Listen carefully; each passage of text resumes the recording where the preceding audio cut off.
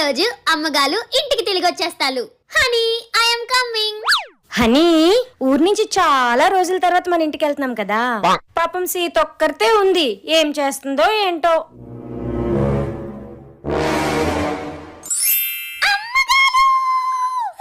సీత,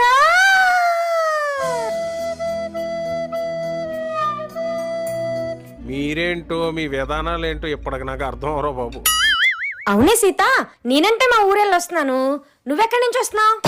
మీకే నెటూలుంది, నాకు లేదేటి, నేను మా ఊళ్ళెళ్ళాను. పోన్లే, మంచి పని చేసావు గానీ పది ఇంటికి వెళ్దాం. సీత, తాళం ఇవ్వు. తాళం లేదు. తాళం లేదా? ఏం చేసావు? మీలే కదమ్మగాలు తాళం ఎవరికి కనబడకూడదన్నాలు, అందుకే కళ్ళు మూసుకొని ఇలా ఇసిలేసాను. అయిందా? బాగైందా?